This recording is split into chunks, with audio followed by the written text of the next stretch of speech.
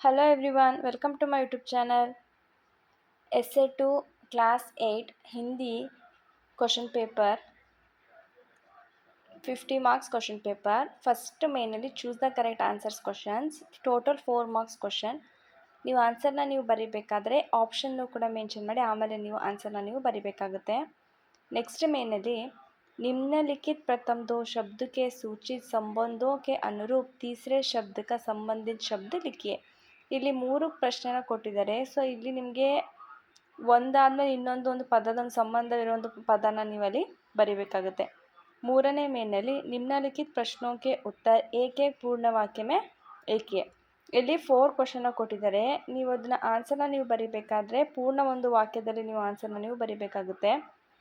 Direct ಕ್ವೆಶ್ಚನಲ್ಲಿ ನೀವು ಆನ್ಸರ್ನ ಮಾಡಬೇಡಿ. ಅದನ್ನು ಬರೀಬೇಕಾದ್ರೆ ನೀವು ಸೆಂಟೆನ್ಸ್ ಫುಲ್ಲಾಗಿ ನೀವು ಆನ್ಸರ್ನ ನೀವು ಮಾಡಿ. ಇವೆಲ್ಲ ಪ್ರಶ್ನೆಗಳು ಫಸ್ಟ್ 2 ಮೇನ್ ಪ್ರಶ್ನೆ ನಿಮಗೆ ಗ್ರಾಮರ್ ಪಾಯಿಂಟ್ಸಲ್ಲಿ ಸಿಗುತ್ತೆ. ನೆಕ್ಸ್ಟ್ ಪ್ರಶ್ನೆ ನಿಮಗೆ ಟೆಕ್ಸ್ಟ್ ಬುಕ್ಕಲ್ಲೇ ಆನ್ಸರ್ ಇರುತ್ತೆ. ನೆಕ್ಸ್ಟ್ ಮೇನಲ್ಲಿ ನಿಮ್ನಲಿಖಿತ ಪ್ರಶ್ನೋಕ್ಕೆ ಉತ್ತರ 2-3 ವಾಕ್ಯ में लिखिए. ಟೋಟಲ್ 5 ಕ್ವೆಶ್ಚನ್ಸ್ ಇದೆ. Each carries 2 marks. ಇದು ಅಭ್ಯಾಸ ಒಂದು ಚಟುವಟಿಕೆ ಒಂದು ಮೇನಲ್ಲಿ ಇರೋ ಒಂದು ಪ್ರಶ್ನೆಗಳು. Total 10 marks question. ಒಂದು ಪ್ರಶ್ನೆಗೆ 2 ಮಾರ್ಕ್ಸ್ ಆದರೆ ಟೋಟಲ್ 5 ಪ್ರಶ್ನೆಗೆ 10 ಮಾರ್ಕ್ಸ್ ಇರುತ್ತೆ. ನೆಕ್ಸ್ಟ್ 5ನೇ ಮೇನಲ್ಲಿ ನಿಮ್ನಲಿಖಿತ ಪ್ರಶ್ನೋಕ್ಕೆ ಉತ್ತರ 3-4 ವಾಕ್ಯ में लिखिए.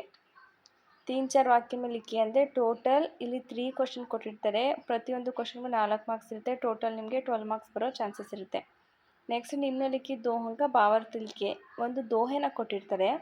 ಈ ಒಂದು ದೋಹೆ ಒಂದು ಭಾವಾರ್ಥನ ನೀವು ಬರಿಬೇಕಾಗುತ್ತೆ. ಅದಾದಮೇಲೆ 4 to 5 6 ಸೆಂಟೆನ್ಸ್ ಅಂತ 2 ಕ್ವೆಶ್ಚನ್ ಇರುತ್ತೆ. ಚಾಯ್ಸಸ್ ಇರುತ್ತೆ. ಯಾವ್ದಾದ್ರು ಒಂದು ಕ್ವೆಶ್ಚನ್ ನೀವು ಬರಿಬೇಕಾಗುತ್ತೆ. ಅದಾದಮೇಲೆ ಪದ್ಯ ಪೂರ್ಣ ಕೀಜಿಯೆ. ಒಂದು ಪದ್ಯ ಪೂರ್ಣ ಕೀಜಿಯೆ ಅಂದರೆ ಪದ್ಯ ಭಾಗವನ್ನು ನೀವು ಪೂರ್ಣ ಮಾಡಿ ಅಂತ. ಅದು 4 ಮಾರ್ಕ್ಸ್ ಇರುತ್ತೆ.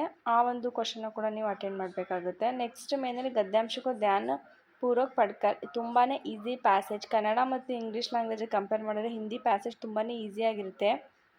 4 ಕ್ವೆಶ್ಚನ್ಗಳನ್ನ ಕೊಟ್ಟಿರ್ತಾರೆ. Each carries 1 marks. ಪ್ರತಿಯೊಂದು ಕ್ವೆಶ್ಚನ್ಗೂ 1 ಮಾರ್ಕ್ ಇರುತ್ತೆ. ಟೋಟಲ್ 4 ಮಾರ್ಕ್ಸ್ ಇರುತ್ತೆ. ಇಲ್ಲಿ ನೀವು ಆ ಒಂದು ಪ್ಯಾಸೇಜನ್ನ ನೀವು ಓದಾದ್ಮೇಲೆ ಆ ಒಂದು ಕ್ವೆಶ್ಚನ್ಸ್ಗೆ ನೀವು ಇಲ್ಲಿ ಆನ್ಸರ್ ಮಾಡಬೇಕಾಗುತ್ತೆ. ನೆಕ್ಸ್ಟ್ ನಿಮ್ನಲಿಖಿತ ವಿಷಯಕ್ಕೆ ಬಾರೆ में ಪತ್ರ लिखिए. ಇಲ್ಲಿ 2 ಟೈಪ್ ಲೆಟರ್ಸ್ನ ಕೊಟ್ಟಿರ್ತಾರೆ. ಒಂದು ಫಾರ್ಮಲ್ ಲೆಟರ್, ಒಂದು ಇನ್ಫಾರ್ಮಲ್ ಲೆಟರ್ ಅಂತ. ಫಾರ್ಮಲ್ ಲೆಟರ್ ಅಂದರೆ ನೀವು ಆಫೀಸ್ಗೆ, bank, school head master, leave letter ಈ ಥರ ಅಥವಾ ಟ್ರಾನ್ಸ್ಫರ್ ಕೇಳೋಕ್ಕೆ. ಸೊ ಈ ಥರ ಒಂದು ಲೆಟರ್ಸ್ಗಳನ್ನ ನೀವು ಬರೀಬೇಕಾಗುತ್ತೆ. ನೆಕ್ಸ್ಟು ಪ್ರವಾಸ ಜಾನೆ ಕೆ ಲಿಯೆ ಅಂದರೆ ಇನ್ಫಾರ್ಮಲ್ ಲೆಟರ್ ಅಂದರೆ ನೀವು ಟೂರ್ಗೆ ಹೋಗೋಸ್ಕರ ನಿಮ್ಮ ಫಾದರ್ ಹತ್ರ ಅಮೌಂಟ್ನ ನೀವು ಕಲೆಕ್ಟ್ ಮಾಡೋಕ್ಕೆ ಒಂದು ಲೆಟರ್ನ ಬರೀಬೇಕಾಗುತ್ತೆ. ಸೊ ಆವಾಗ ನಿಮಗೆ ಇದು ಇನ್ಫಾರ್ಮಲ್ ಲೆಟರ್ನ ಬರೀಬೇಕಾಗುತ್ತೆ. ಇನ್ಫಾರ್ಮಲ್ ಲೆಟರ್ ಅಂದರೆ ನಿಮ್ಮ ಒಂದು ಫ್ಯಾಮಿಲಿ ಮೆಂಬರ್ಸ್ಗೆ, ನಿಮ್ಮ ಫ್ರೆಂಡ್ಸ್ಗೆ ಈ ಥರ ಒಂದು ಲೆಟರ್ಸ್ನ ಬರೆದು ಇನ್ಫಾರ್ಮಲ್ ಲೆಟರ್ಸ್ ಅಂತಾರೆ.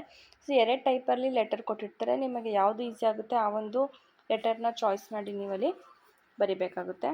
Thank you.